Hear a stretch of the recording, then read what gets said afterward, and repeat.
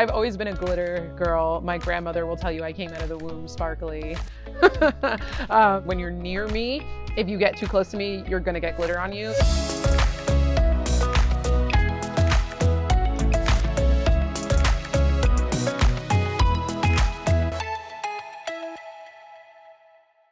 My name is Taylor McPherson.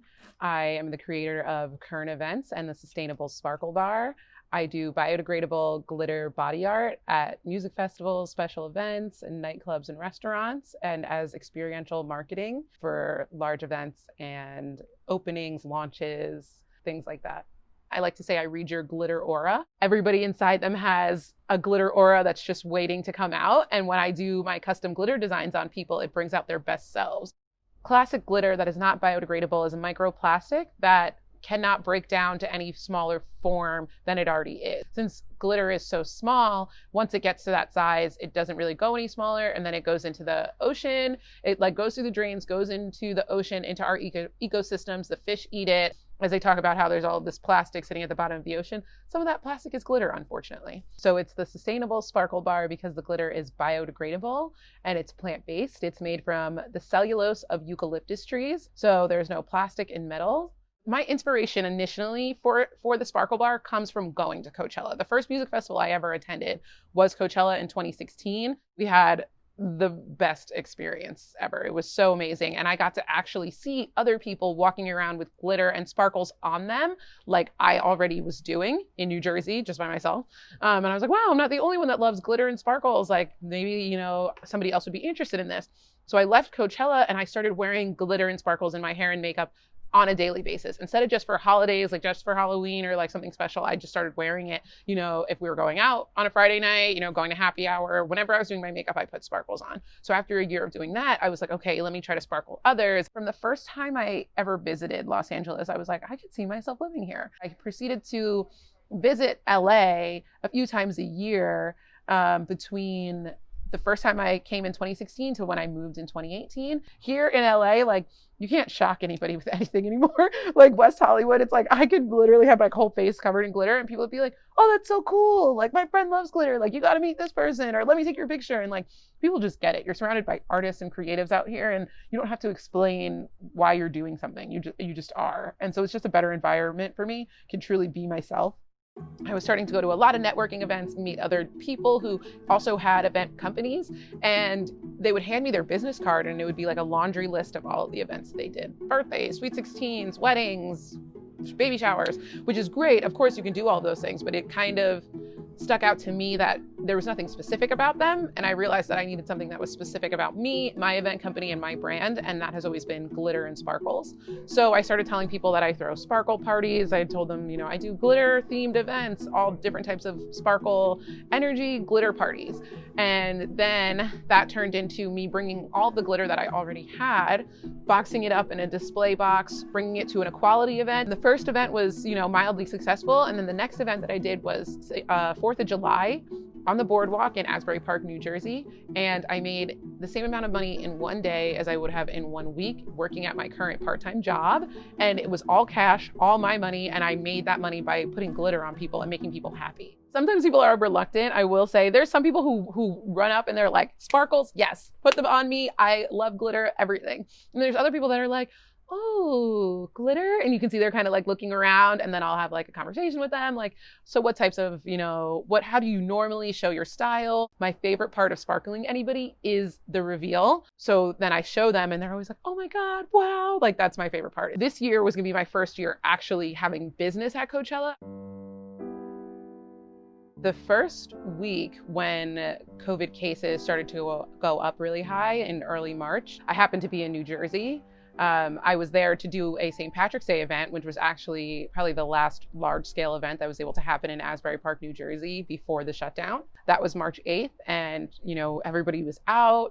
We were so close to people, thinking nothing of it. I was doing things to be very precautious with sanitizing all of my utensils, but nobody was really that worried about COVID. That following week, as I went to confirm all of my events that I had scheduled for that weekend, they basically just started to cancel one by one. By the end of that week, we were officially declared in a global pandemic and told that we needed to stay at home. They had to redo all of their paperwork and all the contracts that we were signing, which took me about an extra month to be able to get any of the deposit funds, which was, when all of my income went away in a week, being able to get deposits for future events in an event planner world is huge. Coachella got canceled, which I had business scheduled to be in. Stagecoach was canceled. And I was basically looking at having no income or revenue, even though I was originally slated to have my largest music festival year of my career.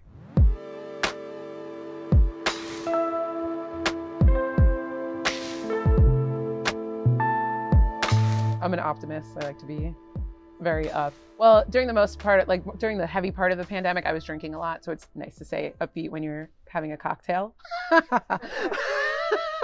And I will say that that's definitely through the initial part of the shutdown, that's what helped me get through it. The first thing I did was try to adjust to my online sales.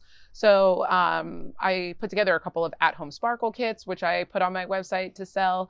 And then I also kind of just took a step back. Instead of trying to force any business in an event space that wasn't happening, I decided to just take that time to regroup for myself. I took a break from social media for the entire month of April. And I was trying to find old event photos and old event videos to post was becoming depressing, because it's I don't want to see old events from festivals that we used to have that I don't even know we're going to be able to have again. And I started a live show with one of my best friends on my Instagram, where every night we would get on Instagram live with Taylor and Kate at 8. And because we were on the East Coast, so it was 8 o'clock. And we would just talk about how we were feeling in the pandemic. And then it transitioned into talking about dating, because they talked about how online dating was surging in the pandemic. So we would have our time where we would be swiping like crazy. We'd be matching all of these guys. And then we would come on live and talk about our escapades and the conversations that we've had. And they ranged from somebody sending me the first video they sent me. We're having a conversation. The first video they sent me is a whole striptease video. And I was like, whoa. So I guess that kind of makes you smile and makes you stay upbeat. Or all the way to things not going really well, where somebody said something super racist, cracked a joke about Abe Lincoln loving chocolate as to why he wanted to talk to a Black woman. And I was like, no. You're immediately blocked. So I will say that doing that every day helped me stay upbeat, because for one, it forced me to put makeup on, be in front of a camera, and be talking to people every night. And we did it every day for about 3 months, all the way until right after George Floyd got murdered. And then we did a couple of stories or a couple of shows talking about that. And then next thing you know, California started to reopen. So I went back to work.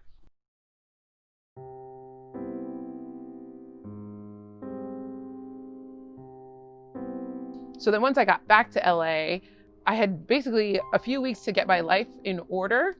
I noticed the energy just different in the grocery stores. It was in New Jersey, everybody's heads were down, mask and gloves, waiting on lines and all that stuff. I got back here and I noticed people weren't wearing gloves in the grocery store. They had masks on, but they weren't also wearing gloves. The energy in the air wasn't as depressing as it was in New Jersey, because the caseload was so high there in New Jersey for the bulk of it. After I spent time by myself getting my apartment in order, 2 weeks went by, and then I went on a road trip with friends to Vegas, where we stayed in another friend's house who had an Airbnb. So it was a controlled getaway. And then the next thing you know, we're watching CNN from Vegas on a Saturday night, and we're watching Melrose burn.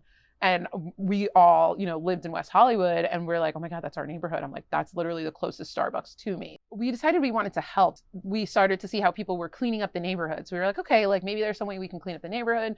A friend and I drove around and found different spots of graffiti that were negative. A good trick for anybody that doesn't know how to get off spray paint: nail polish remover and a magic eraser will take off spray paint. So we went around the city, and I guess we were anti-tagging. So we found different places to cover up negative graffiti. And one of the days we did it, we were on Sunset. And this was when it was really hot, when there was protests going every single day.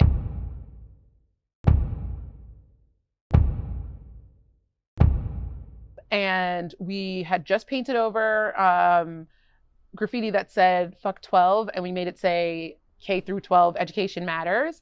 And as we're finishing up, we hear the protest coming up, and we were like, oh my God, that's a protest. We're like, should we join? We're like, yeah. We all looked at each other. We're like, yeah, let's join.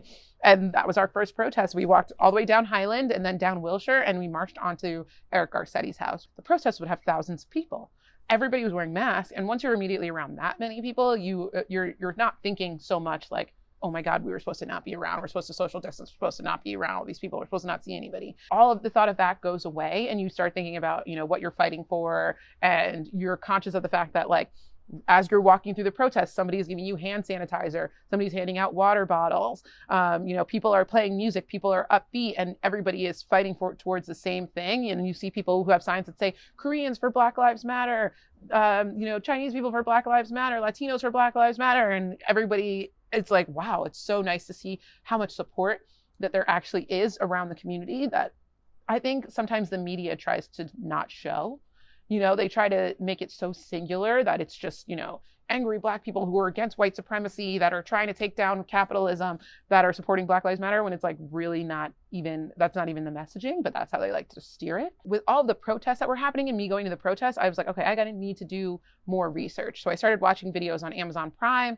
I watched a video called Freedom Summer, which is all about voter suppression that happened in the state of Mississippi back in the 60s, and how Black people used to have to take a literacy test just to register to vote. And then regardless of whether you got it right or not, like, they would have somebody who was there to register you to vote to be like, oh no, you didn't get this question right. And they would make them do it again just because they wanted to suppress the vote. All types of conniving methods are still being used to keep Negroes from becoming registered voters. And in fact, some are even killed for seeking to lead voter registration drives. So I educated myself on that. I started watching videos on the Black Panthers, and I started learning about the Black Panther Party for self-defense, and how, because the Black Panthers were following the police around with guns to try to deter police brutality back in the 60s, they changed the gun laws in California. The only time the gun laws have ever been changed, because the Black Panthers decided to walk around with guns. So Black people are walking around with guns they legally own, and they changed the gun laws. So I started to do my research and educate myself on the movement that happened back in the 60s and into the early 70s to get an idea of what the possibilities are of the movement that we're living through now, and also to get an idea of how long this is really going to be. When you start to read about how the sit-ins that happened went over a year, the bus boycott went over a year, I just immediately realized that what we're living through, it's not going to be there's no quick resolution. We've been, dealing with systemic oppression and, people having redline neighborhoods, Black people not being able to get business loans.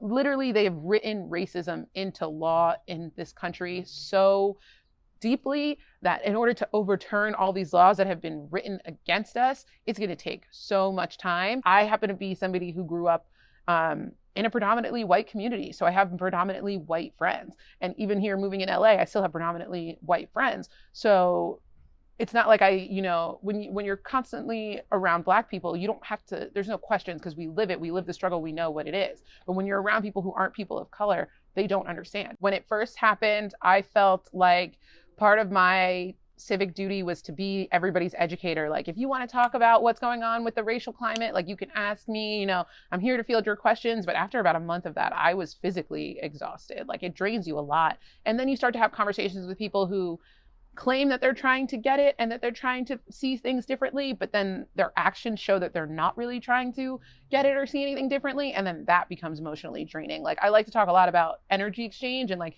with me sparkling someone, how it's an energy exchange. When you're having conversations about race and dialogue, that is a huge energy exchange. And some people just want to suck all of your energy away from you and not give anything back. And once I started to experience too many instances like that, I had to sort of take a step back. So with everything being canceled, I started doing the protest and rally events, because they were just, they're very guerrilla style. You pop up, you bring your stuff. And it was really great to get connected with a lot of other Black business owners. And because of that, my inspiration was actually to do the fist symbol. Stands for so many different things, it represents so many different things, and means things to so many different people. So I have a great manufacturer, so I can do custom stencils. I got these created and I started doing them for Juneteenth. The owner of the yoga studio, which is Urban 728 Hot Yoga, that I work at part-time, and I have been there since the day I moved to West Hollywood, saw that I was doing them on Instagram and wanted to support me, and also wanted to be able to give me some additional publicity because he live streams yoga for free every single day on YouTube. So he was like, oh, I want you to do a tattoo on me, and then it can be shown and everybody can see it and it'll be really great. So I did the tattoo on him. Once a lot of other people saw what I was doing, they also became interested in it. And then the studio got the opportunity to plop up at Employees Only and do outdoor yoga. And when Joe, the studio owner, heard about the opportunity, he immediately thought about me because they said they wanted to have an outdoor festival vibe and said, we have to bring in the Sparkle Bar. It's a great connection for everything that you're doing. I think the hardest obstacle is the fact that, like, if you work in the event space, you know, especially in large events, you're experiencing a completely different pandemic than somebody who has a 9-to-5 job that can just work from home and, you know, still continue to do the exact same job they were doing, collect the exact same paycheck. They haven't had to pivot. So I think the biggest challenges are trying to be creative and stay upbeat, and figure out, you know, what I can do despite the fact that I can't, you know, go to a music festival for 100,000 people. A great pivot that I have been able to experience is doing more business dedicated here in West Hollywood. But because, you know, people are traveling less with the pandemic, I would love to be able to work more on intimate events. I am going to be back at Employees Only for Halloween, which will be really exciting because, you know, West Hollywood is huge for Halloween. It'll be so interesting to see how the city changes it this year with the pandemic. And I also, for the past 2 years, I've been trying to increase my holiday party business. And I think this year will be a great year because people will be doing more intimate gatherings, you know, for 20, 25 people. And glitter, or Christmas is the glitter holiday. So like Christmas, New Year's Eve, that whole arena is made for sparkles. And that's what I do.